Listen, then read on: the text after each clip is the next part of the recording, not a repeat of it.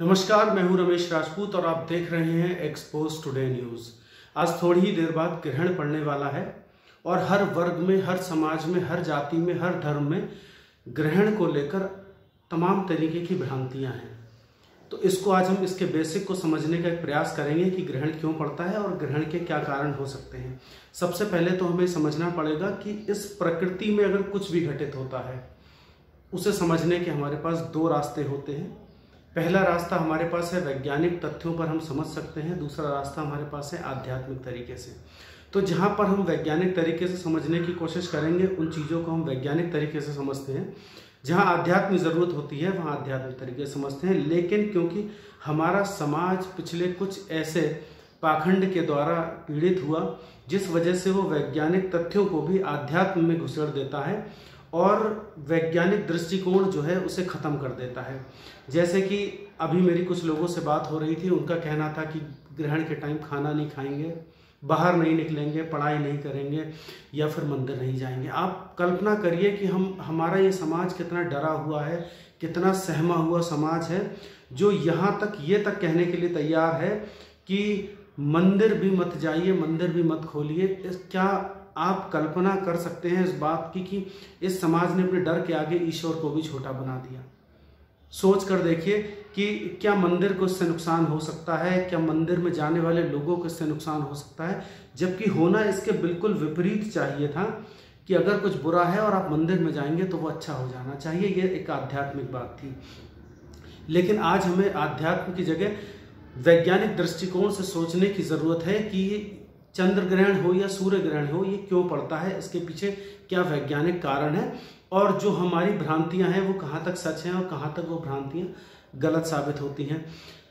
इसे समझने के लिए पहले आप एक छोटे से बेसिक को समझ के देखिए। इस ब्रह्मांड के, ये हम सब जानते हैं कि हमारी पृथ्वी जो है वो गोल एक चक्कर लगाती है और ये पृथ्वी अपना चक्कर जो है वो 23 घंटे 56 मिनट में कंप्लीट करती है। मैं इस बोर्ड पे आपको समझाने का प्रयास करूंगा तो इसे समझो। हम इस डायग्राम से समझेंगे। ये हमारी अर्थ है और ये मून है। ये अर्थ स्वयं भी घूमती है गोल घेरे में, चक्कर लगाती है अपना, और ये मून जो है, ये चंद्रमा जो है, ये भी चक्कर लगाता है इस पृथ्वी के। और ये पृथ्वी साथ साथ चक्कर लगाती है सूरज के। यहां पर ये सन है। सन अपनी रेस फेंकता रहता है लगातार इस तरीके से।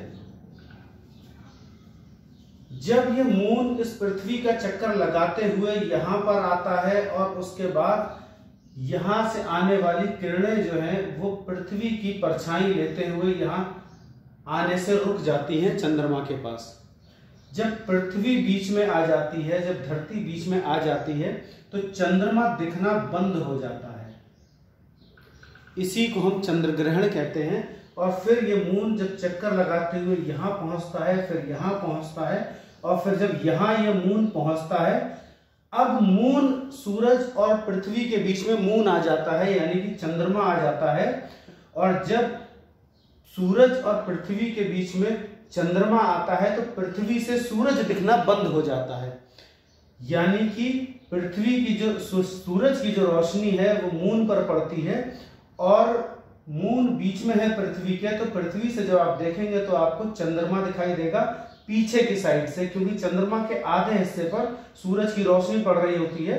पीछे से हम जब देखते हैं तो हमें काला दिखाई देता है और इसकी रोशनी जब चारों तरफ से निकलती है तो हमें एक गोल रिंग दिखाई देता है जिसे हम सूर्य ग्रहण कहते हैं। यानी कि एक कैलकुलेशन, एक गणित को समझिए कि जो भी चीज छुप जाती है वही ग्रहण पड़ता है। जब सूरज की रोशनी के बीच में धरती आ जाती है, सूरज और चंद्रमा के बीच में जब धरती होती है तो हम चंद्र ग्रहण कहते हैं, क्योंकि चंद्रमा छुप जाता है। इसी तरीके से जब चंद्रमा बीच में आ जाता है पृथ्वी और सूरज के, उसे हम कहते हैं सूर्य ग्रहण। और फिर धीरे धीरे ये चक्कर लगाकर वापस इस राउंड में आ जाते हैं।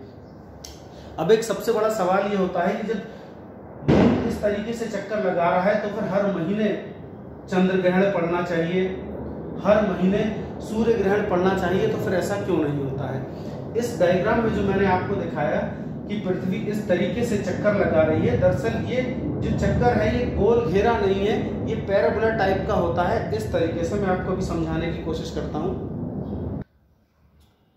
देखिए, मैं समझाने का प्रयास करता हूं। ये अर्थ है, सन है हमारे पास, और ये है चंद्रमा। और चंद्रमा जो है वो सीधा चक्कर जैसा हम सोचते हैं वैसा ना लगाकर इस तरीके से चक्कर लगता है पृथ्वी का, ऐसे करके।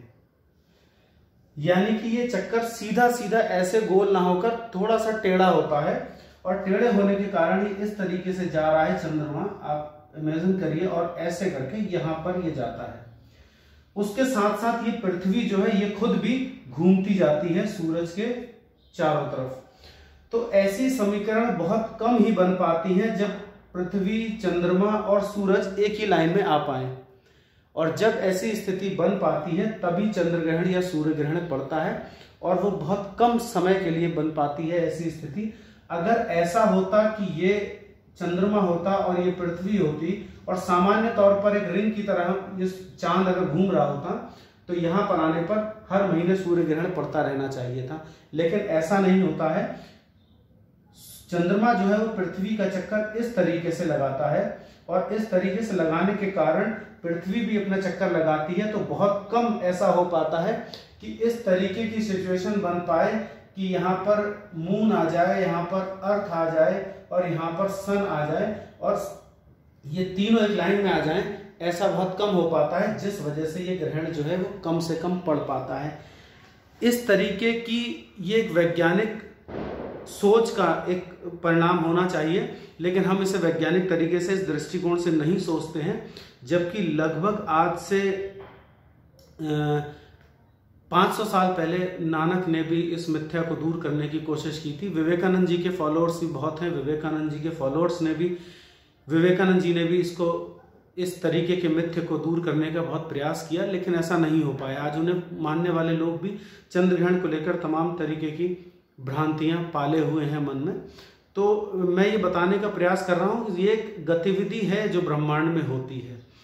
हाँ, एक बात जरूर सच हो सकती है कि आप इसे नंगी आंखों से ना देखें। उस नंगी आंखों से ना देखने का वैज्ञानिक कारण है, आपकी आंखों पर एक इफेक्ट पड़ सकता है, लेकिन चंद्र ग्रहण या सूर्य ग्रहण का बाकी किसी भी चीज से कोई बहुत बड़ा इफेक्ट नहीं है। अगर हम आध्यात्मिक दृष्टिकोण से भी देखने का प्रयास करें तो एक बहुत छोटा सा इफेक्ट हो सकता है, जब थोड़ी देर के लिए सूरज की किरणें धरती को नहीं छू पाती हैं। उस बीच जो चीज जिस रिदम में चल रही होती हैं, उस रिदम से बहुत बारीक सी 1 सेकंड के, हम कहें तो 100 में भाग के बराबर हो सकता है कि प्रभावित हो। लेकिन क्योंकि हमारी चेतना और हमारा मन इतना कठोर है, क्योंकि हम इतने संवेदनशील नहीं हैं। संवेदनशील ऐसे नहीं है कि अगर हमारे शहर में कहीं बलात्कार होता है और हम सुनते हैं चुपचाप, और सुनने के बाद उसे खबर समझकर भुला देते हैं, यानी कि हम संवेदनशील नहीं हैं। संवेदना उस सीन में भी हमारे पास काम नहीं करती है। तो ये एक बहुत छोटी सी घटना है। जब हमारा इतना कठोर दिल है, हमारी संवेदना इतनी कठोर है, तो फिर ये सूरज की थोड़ी सी देर के लिए अगर रोशनी आप पृथ्वी तक नहीं पहुंच पाती है, तो उसका बहुत बड़ा इम्पैक्ट आपके लाइफ पे कोई नहीं पड़ने वाला है। और मैं भी चाहता हूं कि जो पढ़ लिख लिए हैं, विज्ञान को पढ़ लिया है, क्योंकि बहुत छोटा सा बेसिक विज्ञान है जो हमें 10वीं या 11वीं तक समझ में आ जाता है, और इसको हमने समझा भी है कि ग्रहण क्यों पड़ता है। ये गतिविधि है जो पड़ रही है, इसका लेना देना किसी भी तरीके की भ्रांति से नहीं है, किसी भी तरीके के खाने पीने से नहीं है।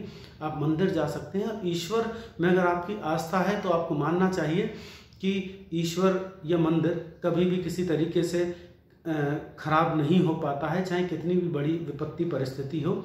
आपने अपने वहम में, अपने डर के कारण ईश्वर तक को, आपने मंदिर तक को ये बता दिया कि मंदिर के कपाट नहीं खोलने चाहिए, भगवान को, ये मंदिर को नुकसान हो सकता है। ये एक बहुत बड़ा भ्रम है। इस भ्रम को निकाल देना चाहिए। ये गतिविधि है साधारण, और ये गतिविधि ब्रह्मांड में बहुत सारी होती है। इसको लेकर एक अलग से हम गैलेक्सी पर लेकर एक वीडियो बनाएंगे। उस वीडियो में हम आपको बताएंगे कि सूरज जैसे कितने और सूरज हमारे इस गैलेक्सी में हैं। हजारों सूरज हैं जिनकी रोशनियां अभी तक पृथ्वी पर नहीं पहुंची हैं, और कई हजार सालों से वो लगातार जल रहे हैं सूरज की तरह, लेकिन रोशनी यहाँ तक नहीं पहुँच पाई। अनुमान लगाइएगा वो कितनी दूर होंगे। क्या तारों का भी कोई हमारी लाइफ पे इफेक्ट होता है वैज्ञानिक तौर पर? चंद्रमा का कोई इफेक्ट होता है वैज्ञानिक तौर पर? इसको भी हम समझेंगे। लेकिन कहीं भी इस तरीके की भ्रांति जो है ग्रहण को लेकर, उसे आप अपने से दूर रखिए, क्योंकि यही एक कारण है समाज में भ्रांतियों को दूर करने का। आप जागरूक होइए, पहले जाने, फिर उसके बाद मानने में विश्वास रखिए। कुछ अलग अलग आस्था को मानने वाले लोग हैं जिन्होंने अलग अलग तरीके से इस चंद्र ग्रहण और सूर्य ग्रहण को देखा है। मैं प्रयास करता हूं कि वो आपको बता पाऊँ। कहा जाता है कि राहु और केतु के कारण, राहु और केतु जो हैं वो थोड़ी देर के लिए चंद्रमा को निगल लेते हैं। एक कारण बुद्धिस्ट भी मानते हैं कि इस तरीके की गतिविधि होती है कि कोई निगल लेता है। चाइना मानता है कि कोई ड्रैगन है जो थोड़ी देर के लिए चंद्रमा या फिर सूरज को निगल लेता है।